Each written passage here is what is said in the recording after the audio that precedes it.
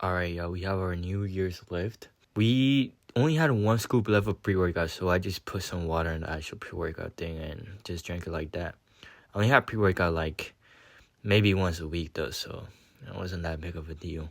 Today we have lower day and we're starting off with abs like always. And I preferred this over the ab crunch on the cable. Just me personally, I feel like I'm working my abs better right here.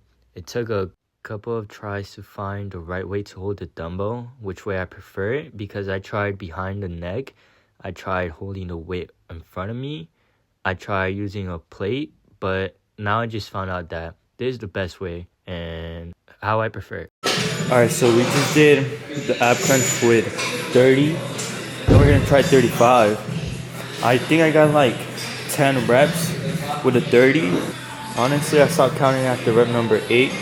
We're about to try 35. I think we should get around 35 with like 6 to 8 reps. You know, I've been trying like different variations of the ab crunch, but I think I finally found the one I like and the one I'm gonna keep.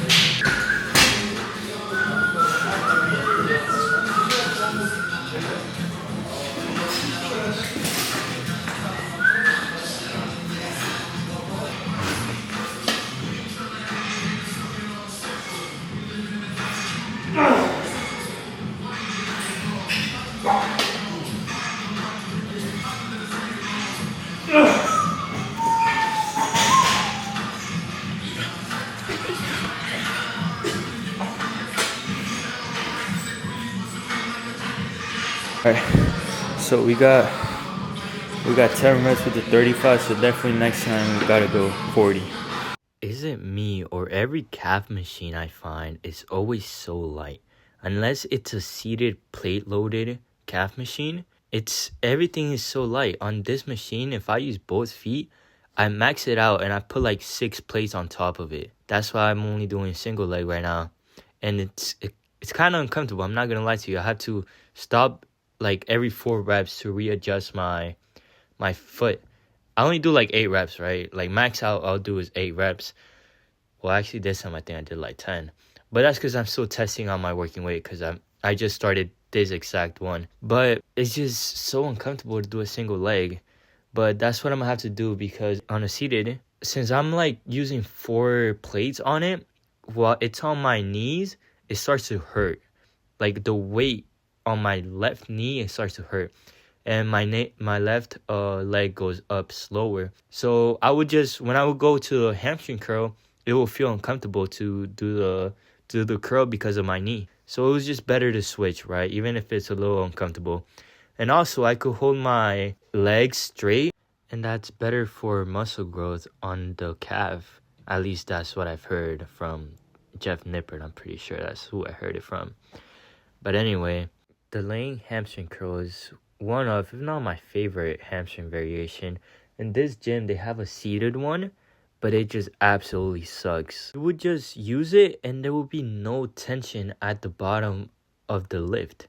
Well, of the curl, right? And it's just not good. It's not a good machine. So I just prefer to stay with the laying, and it's good. It's been working out pretty good. I just realized I forgot to tell you guys Happy New Year. So Happy New Year to you all. What's y'all's New Year's resolution? For me, I have a couple. I'm not going to mention them right now, but I've kind of decided to go a different route with setting goals for myself. Instead of setting a yearly big goal, right? I would also set the big goal, but I'm doing monthly things. So I have a monthly goal. By the end of the month, I need to achieve this. And then I plan my week by week. That's what I'm gonna start doing, right? And I've started today already. I've already completed what I needed to do today. And I think that would just be a better way to reach my goals week to week, month to month. Eventually, that will take me to my end goal. I just have to make sure I time everything perfectly. I also believe this is a better way because you get not only the win by your end goal, you get week to week wins. Like if you, I said like again. For example, if you do everything you need to do this week, by the end of the week, you're going to be satisfied. You're going to get some dopamine from it because you achieved your weekly goal. And by the end of the month, if you achieve that, you get even more satisfaction, more dopamine. You're going to want to keep going, keep going. Eventually, you will get to your yearly goal and you will achieve it how you want to do it. It's just a way to keep you going back to it. Because if you just set one goal on the wall and you have the whole year, you're just going to look at it. But if you go week by week and you make sure you do everything you need to do, you will achieve it eventually, no matter what. Even if you mess up 1 week, there's always the next, and there's the next, and there's the next, and you're aware. It's just not a word in your wall, like a sentence in your wall that you just look at every day. It's something that you're working towards day by day. It's just a better way to achieve things. And that's how I plan to achieve everything I want to achieve this year, by going day by day with everything. I don't see it as one huge goal that I just need to get to somehow.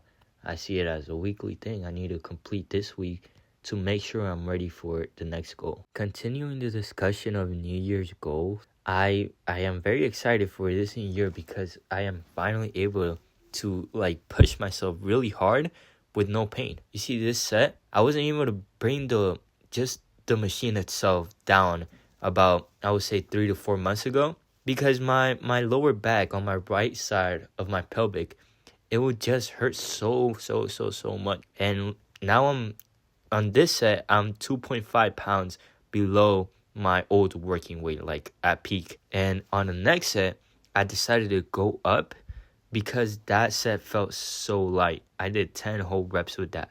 Now, you could argue that I was resting a good amount of time between reps, which I would agree with. I think I was taking too long of a rest between the reps, but I'll just work on it next time, right? Here's me with my peak weight. That's the most I ever did before I got injured, and I'm back to it. And it's moving great. Being able to really push myself on leg days just makes it so much fun. And then I also have arms on leg day. How can that get any better, right? It's too good, bro. I believe on this set I did a total of 7 reps. And before, when it was my peak strength, my best was 9 reps with this weight. But I was also 30 pounds heavier. Probably more than that. I was probably 40 to 45 pounds heavier when I did this amount of weight for 9 reps. And I'm 40 pounds lighter, and I just did it for 7. That's a huge win for me. I'm so happy with that. And I walked injury free out of it. How can it get any better? And then here's another lift that I couldn't do before when I was injured. And I just did it, and I walked injury free with it too. Now, before this, I was doing the same exercise but with dumbbells. And it was good. I liked the dumbbells, but they were getting too big because I was using the 130-pound dumbbells. I was moving up to 135s now, and they were just too big. It would be too uncomfortable to hold. They would just keep hitting each other, and it will make it harder to stabilize myself, which I probably left some gains on the table because of it. But now I'm to the barbell for the first time in, I don't even know how long, a lot of months, because I stopped the barbell because of my hinge problem. And then I went to the dumbbell because it was lighter and I feel like I could control it better. So I started with the 40-pound dumbbells at first, I think, after my back was healed, and I slowly worked my way up to 130 pounds where I was just at. I would have been 135 if I did it this day. But that's 145, and it felt great. Now, my form could be a little better because I was exaggerating the leaning back way too much. Next time, I won't lean back like that. I think I left a couple reps in the tank because of that. But it moved great. I got 8 total reps with it. I'm probably going to go up again next lift, or I might just stay with that weight for one more time just to get used to it, and then I'll go up. Now we're starting with arms. For arms, my camera was on 3% by this point, by the way. So I only recorded this set with my camera, I believe. And then I didn't record, I forgot what I didn't record, but I didn't record some stuff. But then my friend Junior came and he recorded it for me on his camera because he also has one. So you guys will get some footage from his camera too. My camera only recorded the second set for this exercise, so this is it on the first set, I got a total of 8 reps, but on this one, I only got 6. Alright, we're about to do triceps using this attachment because I ordered this strap thinking it had the D-ring on to connect it to here, but it came without it. So now I'm waiting for the new ones that actually have the D-ring. So this is how I attach it. You guys are about to see how I hit my triceps. Now on this exercise, I know my form is not the best right now because I guess my working weight, since I be using those straps or some straps that the gym has or the cuts that my friend has. So I know my working weight is from 100 to 120. Right there it's 120 because last time, I don't know if I used this too or I used something else, but I wrote down 120, so that's what I did. On the second set, I lowered it to 110 though because the reps weren't looking that good. The only exercise that didn't get recorded was a preacher curl, but here's a video of me flexing in the mirror before I do my set. Now, this was the last exercise, overhead tricep extension. This is how I like to do it, how I prefer it. And I know it's not the best quality, but it was imported through Instagram, so, you guys will have to deal with it. But I love this exercise. Now, enough talking. You guys will see the pump now.